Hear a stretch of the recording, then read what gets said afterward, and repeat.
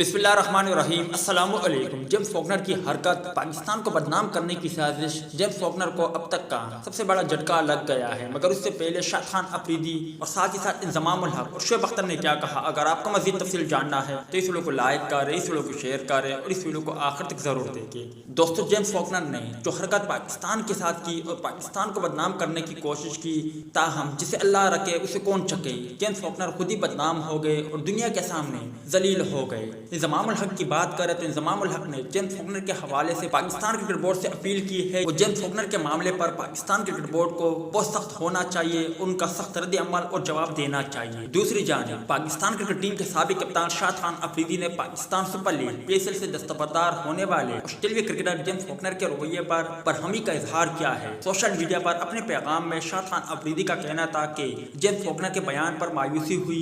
उन्होंने पाकिस्तान की मेहमान नवाजी और इवेंट के लिए किए गए इंतजामात का जवाब इल्जामात से दिया है। इसके अलावा शुएब अख्तर भी बरहम हुए। उन्होंने भी कहा कि जेम्स फॉकनर ने जो हरकत की वो किसी भी खिलाड़ी के लिए जेब नहीं देता। पाकिस्तान इंतहाई मेहमान नवाज है। काफी ऐसे गैर मुल्की क्रिकेटर पाकिस्तान में मौजूद है और वो खूब इंजॉय कर रहे हैं। मुझे मालूम नहीं कि जेम्स फॉकनर ने आखिर किसके कहने पर ऐसा क्या है। अब बात करते हैं जेम्स फॉकनर को जो झटका लगा है वो ये है कि जेम्स फॉकनर ने पाकिस्तान को बदनाम करने की कोशिश की, जिस पर पाकिस्तान क्रिकेट बोर्ड ने ताहयात जेम्स फॉकनर पर पाकिस्तान सुपर लीग के दरवाजे बंद कर दिए हैं। अब वो कभी भी पाकिस्तान सुपर लीग का हिस्सा नहीं होंगे। वीडियो अच्छी लगे तो इसे लाइक जरूर करें।